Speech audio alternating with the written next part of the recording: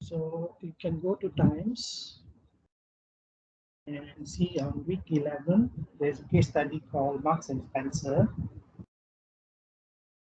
So you can do the case study first and then attempt the 3 questions based on the case study.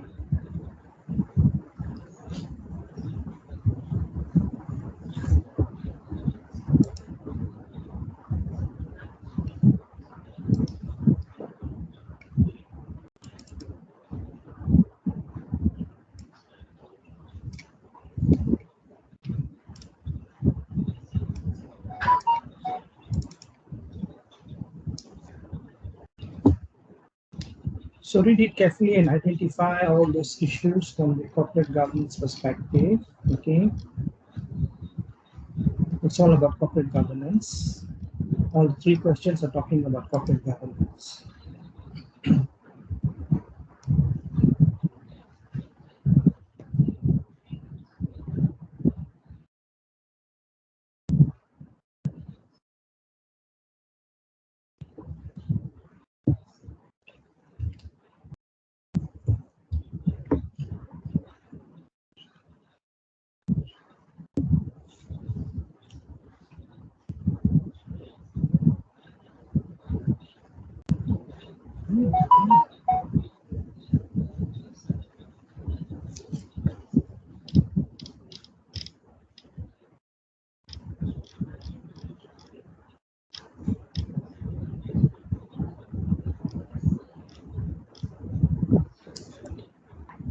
Who has shared the answer?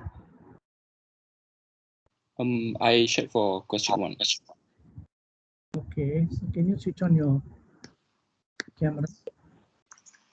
Yeah, okay. Okay, so before you go on, let me just check the question. Okay, so according to the case study, describe the improvements made by Marks and Spencer on corporate governance. Okay, all right, you can go ahead. Okay, so my answer, hold on. Okay. Because it's not very clear, I can hardly read it in the chat area. I don't know why. I'll read it for you. It's a bit macam gelap sikit. Can you read it up for me? Yeah, okay. So at the moment, the board consists of half non-executive directors with a wide range of experience, can practice their independent judgment on key issues. So my justification to this point is this is aligned with one of the elements in board effectiveness, which is choosing the right people. We have to bear in mind that we should not appoint people just because they are from our family. The directors must have the knowledge, expertise, skill sets, and the right attitude. Like for example, in the case of Roel van Vegel, he had most of the characteristics mentioned, and for that reason, he should be a good example. And on top of that, there's a corporate social responsibility committee to provide an overview of social and environmental ethical impacts of the group's activities. This is aligned with the board effectiveness in terms of providing the right information. This is the type of non-financial statement that needs to be shared amongst directors. So that's pretty much of my answer. Okay, so thank you. So I'm not commenting now. I just want to hear from a few other people as well. Okay, so thank you. You have been very quick with the answer. That means you're prepared. That's good.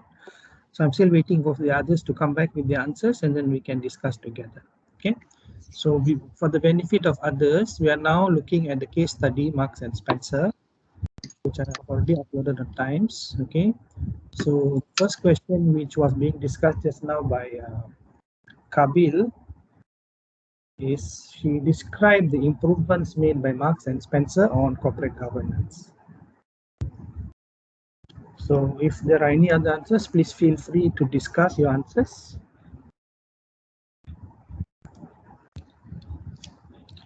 If some of you have been have had the initiative to just Google and read up about this case study, Marks and Spencer's, it's possible you might have picked up some additional points not mentioned in this particular case study. It's actually taken from the book Corporate Governance by Christine Mollin, okay, which is actually our reading for this part of the module. However, I didn't insist that you get the book, which is quite expensive. It is from the UK, and I know it's in pounds, so I didn't insist that you get the book, but the book is available in the library. Okay, so if you want to do further reading, you can access this book, Christine Mollin, Corporate Governance by Christine Mollin. She teaches at the University of Birmingham in England. So this is a case study based on Marks and Spencer, which for those of you familiar with this name, it is a very well-known, high-profile. In England, they call it a high street retailer. They have this Marks and Spencer in every major town and city in the UK. If I remember correctly, some years back, we had a branch here in Malaysia as well. I'm not sure if they are still around or they have closed shop or whatever, because with COVID, many businesses basically shut the operations because they couldn't survive. So it is actually a household name in the UK. It is a household name in the UK, Marks and Spencer. So when they were facing financial difficulties, so it became like headline news. Okay, headline news in the UK. So it'd be good for you when you discuss your answers to reference your answers in the context of the situation at that time in the UK. I think it happened around the late 90s, early 2000s. Okay, at that time, what was the economic scenario like?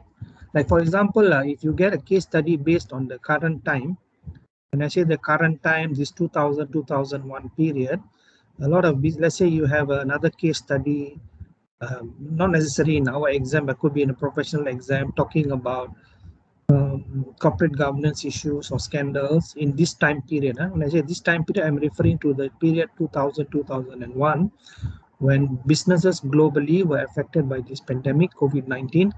Many of them suffered and closed shop and so on and so forth. So that's why I say you need to answer in the context of the time.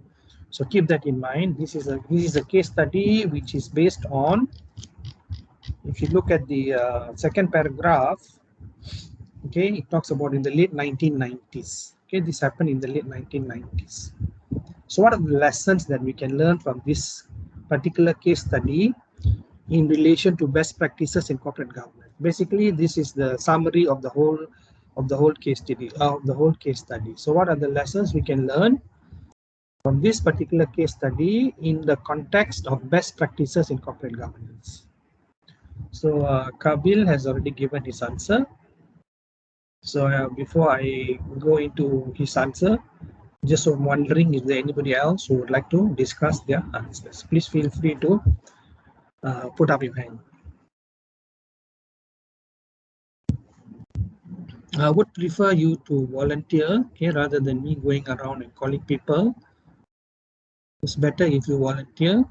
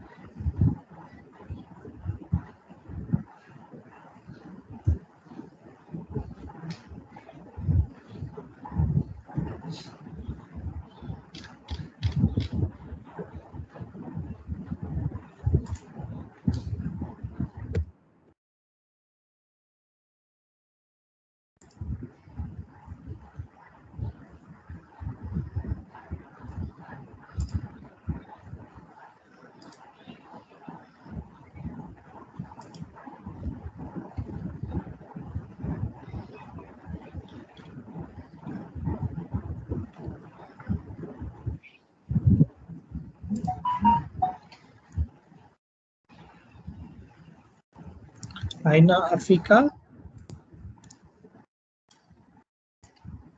can you come on live, please? Aina Afika. Construction going on in my house. Oh.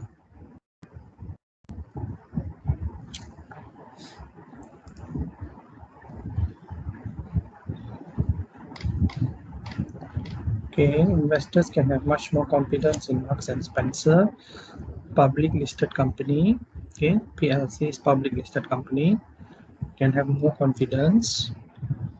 So improved corporate governance will help the company re-establish itself and give investors the confidence that various viewpoints are heard on issues of strategy, performance, and resources at board meetings, improves the company's performance, enhances investors and this should be market, not markers, markets confidence.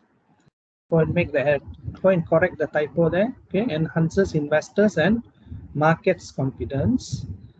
Important factor for investment decisions, enhance the confidence of suppliers and lenders. So that's okay, fine. Yes, there's one typo there, correct it. Okay. Oh, question 2. No, we are looking this question 1 now before I go there. Okay. Oh, I thought you're talking question 1. All right, I will look at it later. So I'm still waiting for other answers for question 1. If there are any, if there are none, then we need to move on, but I'll just give you some more time. Like I said, if some of you have taken the initiative to Google this Marks and Spencer scandal, then you might have found more points which are not mentioned in the write-up by Christine Molin. So please feel free to share your answers.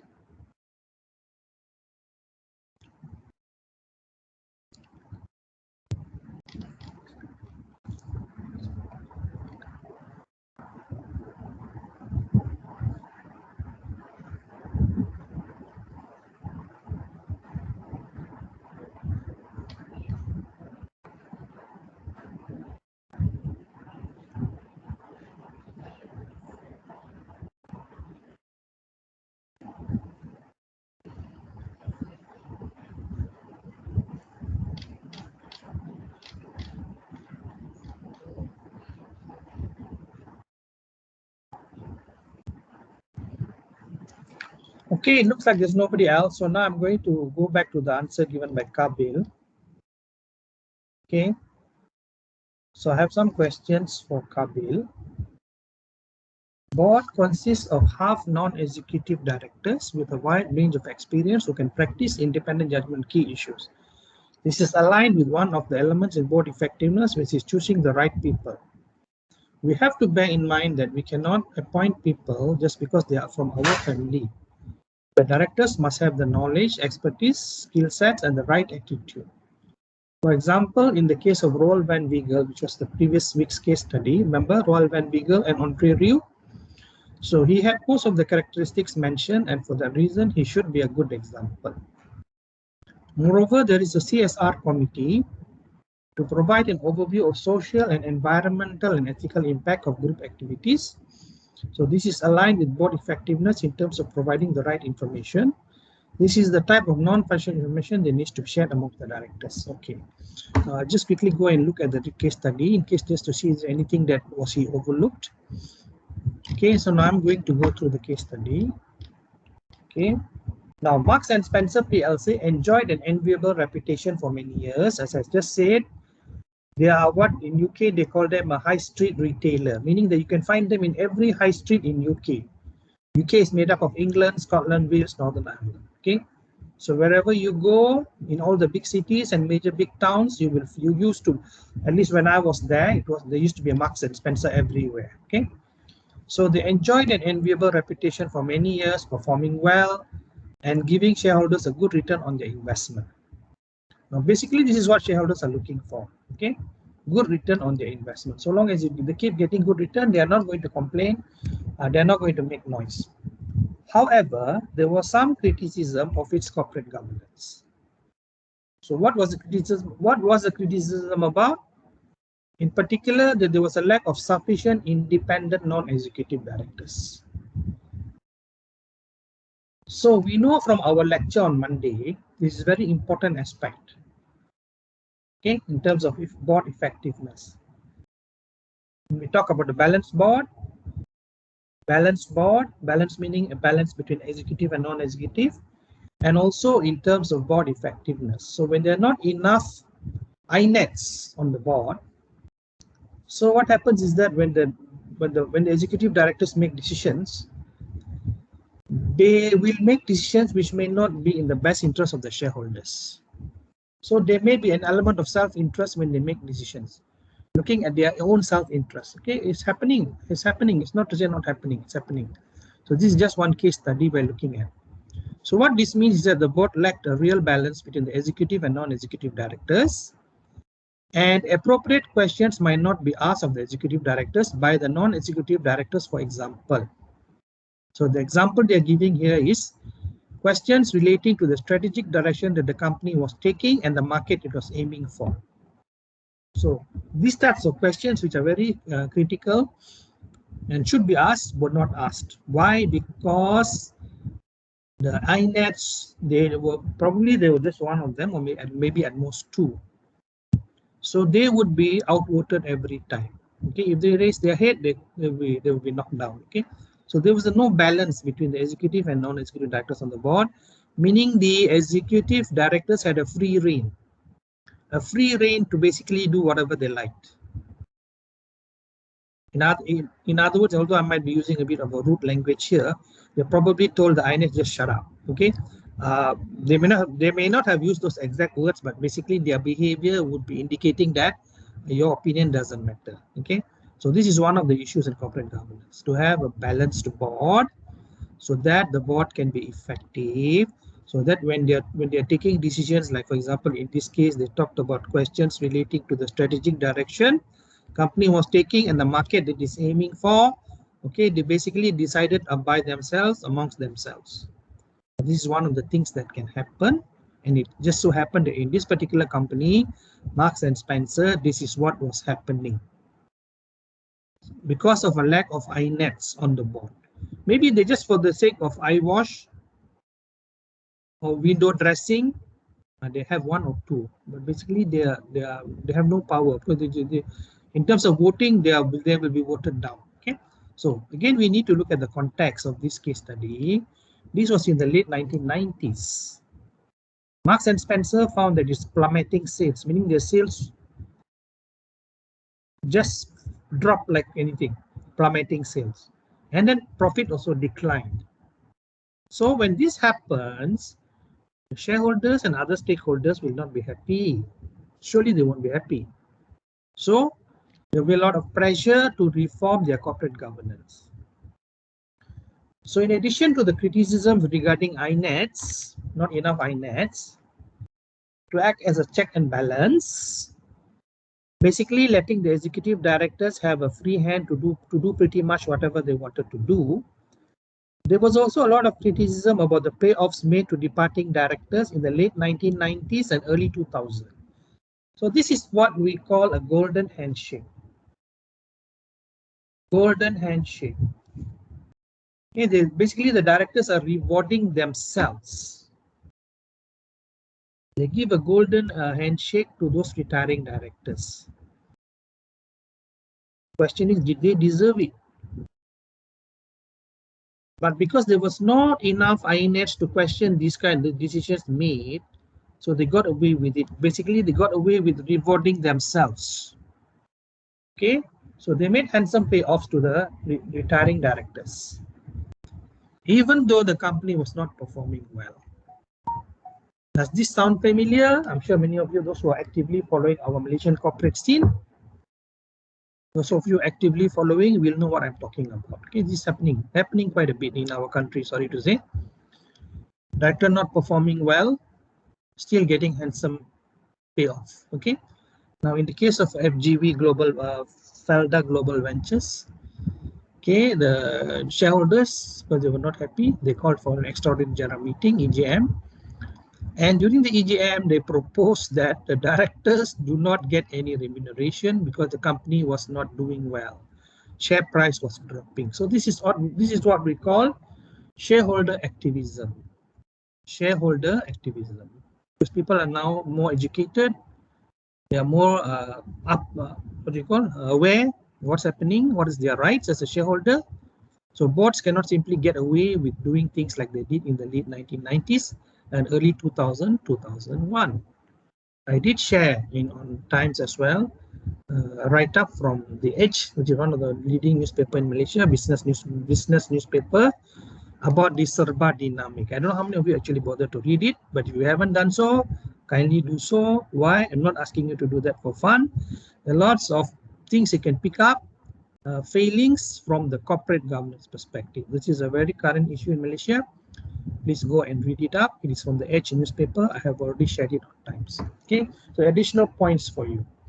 So as a result of the people making noise, okay, then they decided to bring in some of the changes. Okay, so basically we're done with question 1.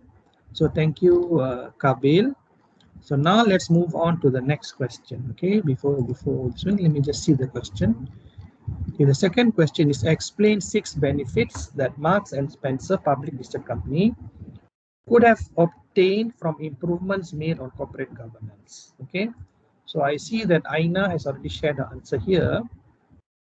Okay, she has already shared the answer. I would have preferred her to make a presentation, but since she has some issues in the house, so I will let her go.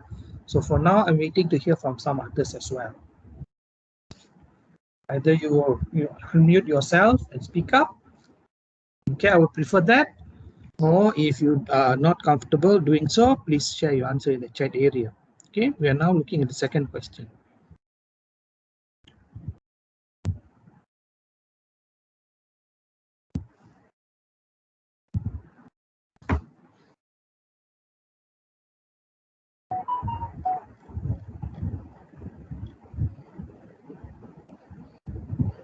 Okay, Mufida, are you having any issue with your camera? No, sir. Okay, I would prefer you to speak and then I will comment later on. Okay. Hold on.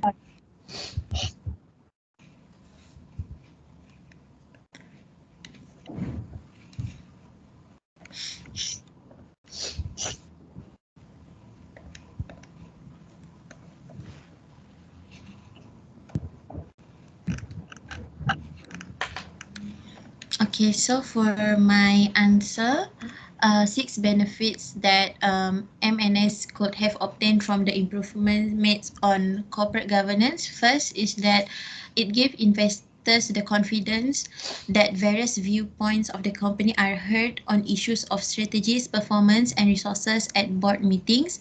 Second is directing the business in the right direction, where executives are leading and managing the company effectively and are held accountable. The third one is risks are managed as they are doing the right thing to the shareholders, which is by maximizing the best interest of them. The next one is non-executive directors with a wide range of experience will keep the company's governance under control. Next, better leadership, as governance and leadership come together hand in hand. And the last one is better responsibility in terms of the boards and the employees' responsibility. Yes, but just 1 minute. I just want to check this. Benefits Mark and Spencer could have obtained. Okay. All right. Give investors confidence and various viewpoints are heard on issues of strategies, performance, and resources at board meetings.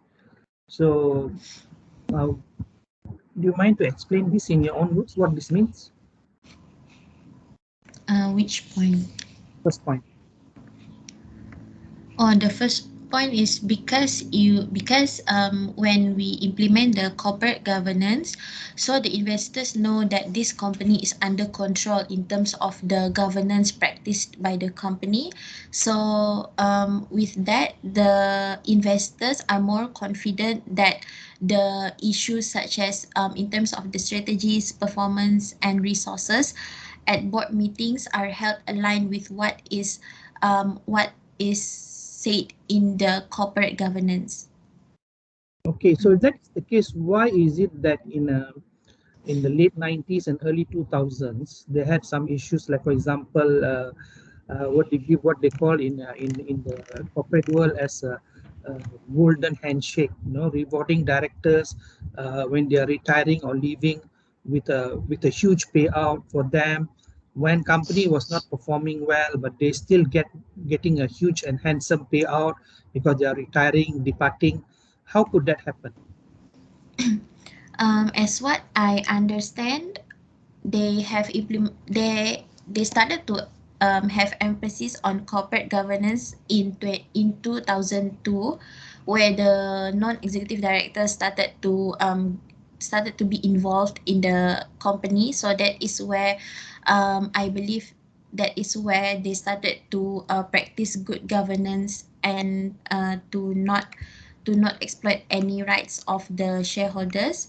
So I believe like the previous issues regarding the governance is when they didn't practice the corporate governance well in their company. Okay, all right.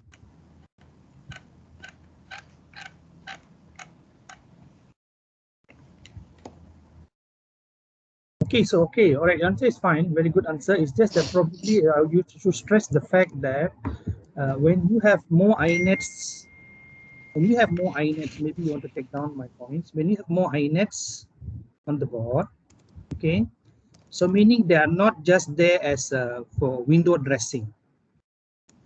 They are not just there for window dressing. They have power by virtue of their numbers. So that's very important point as well. They must be there in sufficient numbers so that when board is deliberating on important matters, if they don't agree, they can voice out and have the confidence that their viewpoint will be heard, because numbers matters in board meeting. Board meetings are confidential. The rest outside people, as I said, board is in charge of strategic matters. The day-to-day operational matters comes under the senior management headed by the CEO. Not all the time the CEO is invited to the board meeting. Sometimes the board meeting will be discussing something related to the CEO. Maybe he's not performing well. Maybe they're looking at wanting to replace him, so they won't invite him to the board meeting. Or maybe he is involved in some kind of hanky-panky. So they might be having a meeting to discuss about his performance. So if that is the case, for sure, he won't be invited to the board meeting. Okay, so which means that a very important personality at the board meeting is the company secretary. Company secretary. Are you taking down what I say, Mufida? Am I going too fast? Am I going too fast? No. Okay, so all these matters will be taken down by the company secretary. So again, coming back to your points, all your points are very good points. It's just that before this, when we referred back to the earlier scenario in late 90s and early 2000s, and some of these scandals occurred, like for example, handsome payouts made to the departing directors when company was not doing well. If company doing well, no issue. You want to reward them, okay, fair enough. They deserve it, fair enough. Nobody will say anything. But when company is having a problem, share price is dropping, turnover is falling, profit is falling, and then you are rewarding them handsomely. So that become an issue.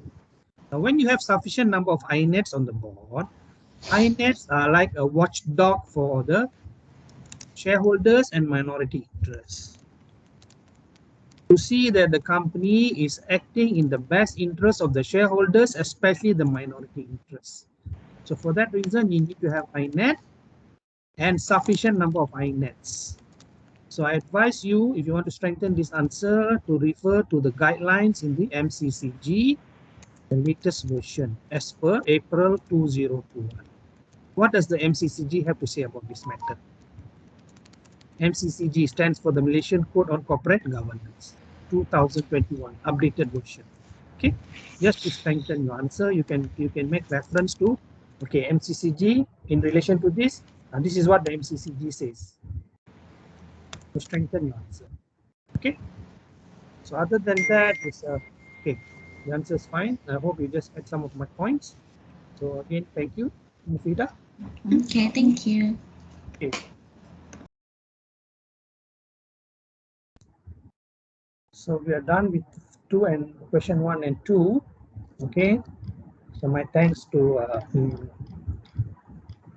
Kabil and Mufida. Okay, so now we move on to the third one. So again, I would invite those who are ready to come forward with your answer, and then you can present it so that I can listen to you and give my feedback as well.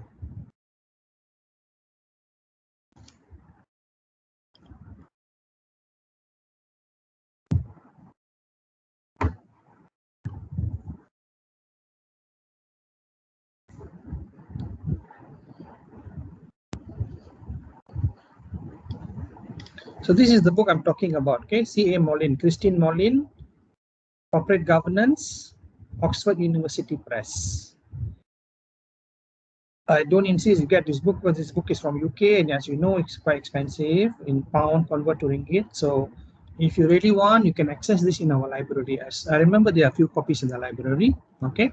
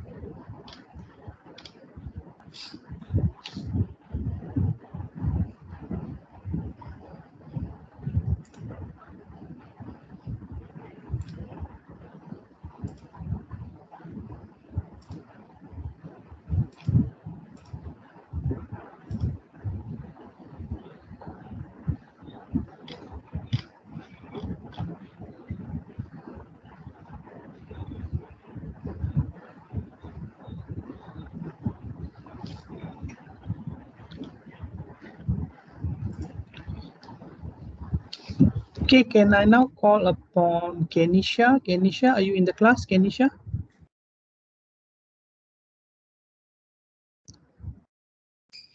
Yes, sir. Okay.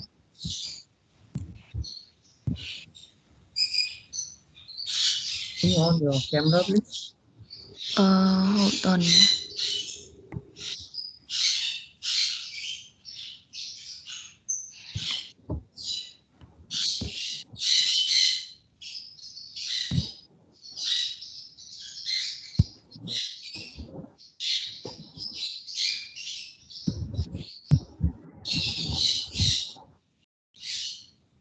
My camera cannot work right now, sir.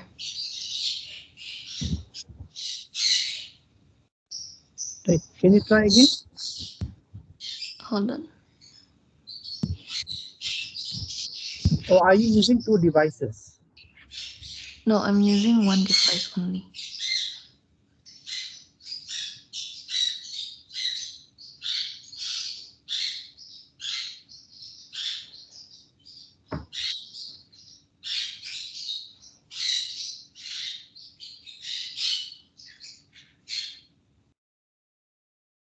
It doesn't work, sir. Okay, fine. Okay, I don't want to waste time because it's quite 11:45 already. So can you just discuss the answer for the third question?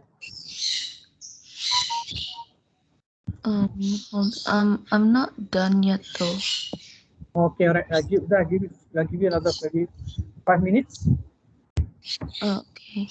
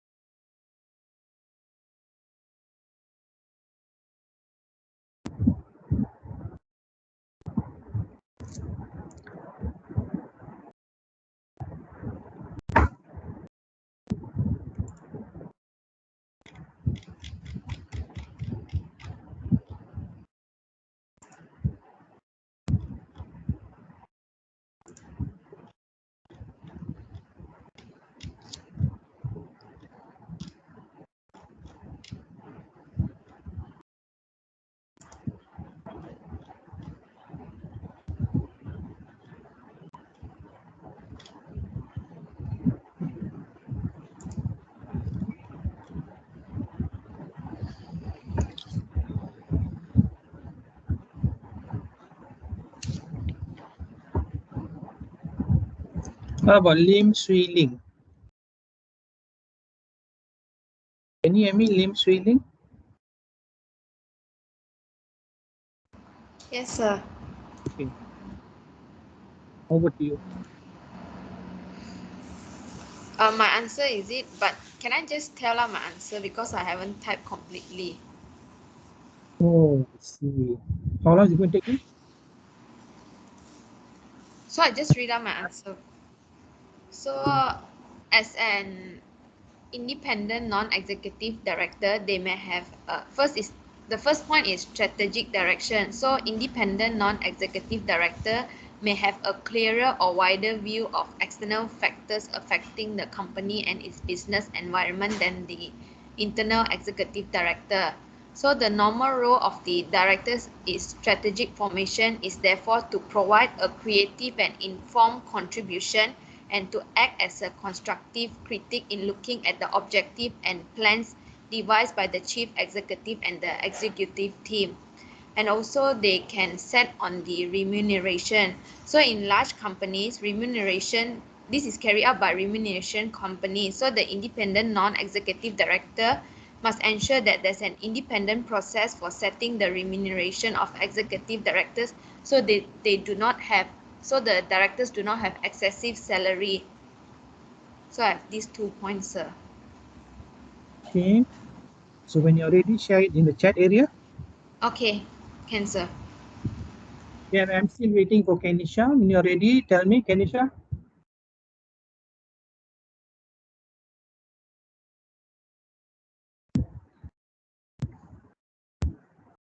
Okay, I'll just share the camps in case I forget at the end. Okay.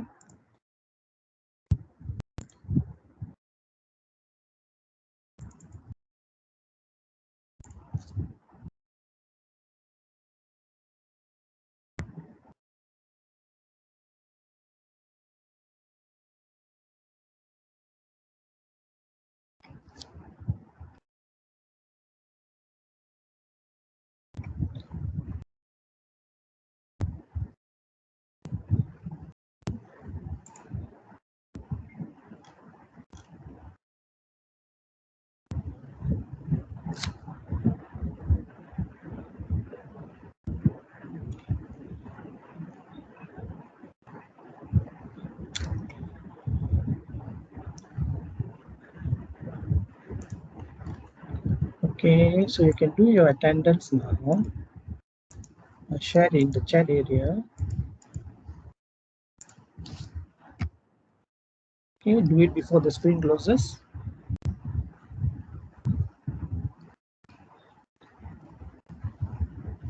Do your attendance before the screen closes. By the way, those who are attending this class who are not from this section, don't worry, because these camps will not pick up your attendance. I'll have to do it manually. Okay. So this attendance camps only works for those who are from this section, which is section 1. So if you're not from section 1, you will not be picked up by camp, so don't worry about it.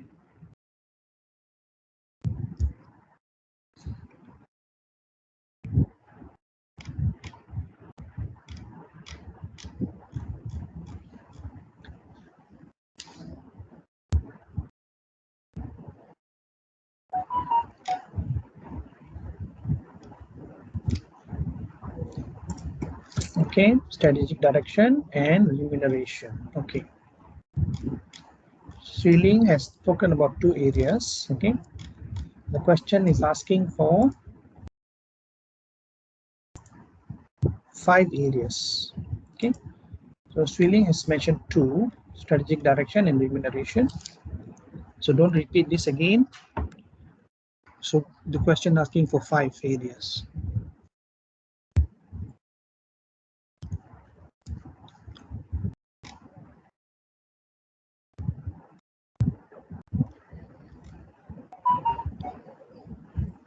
Yeah, if you're not from this section 1, so your attendance will be taken manually. So that's why I say don't worry about it. Okay, because you did not be picked up by camps. Camps will only record the attendance of those who are from section 1.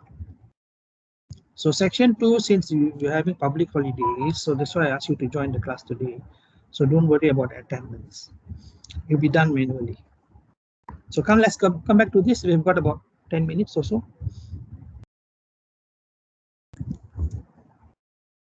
So as I said, Swilling has spoken about 2 areas.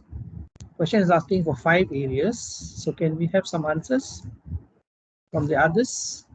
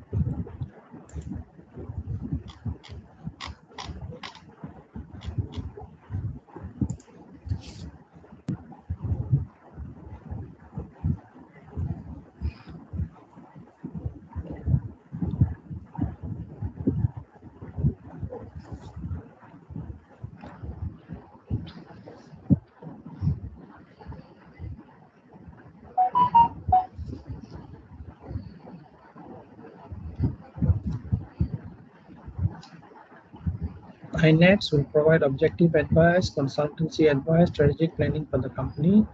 Will also strengthen the transparency of the company. Okay, so we have strategic direction, remuneration, transparency. Okay, objective advice, consultancy advice. Okay, strategic planning has already been done by Swilling. Okay, this is a repetition. So objective advice, consulting advice, and also strengthen the transparency of the company. Okay.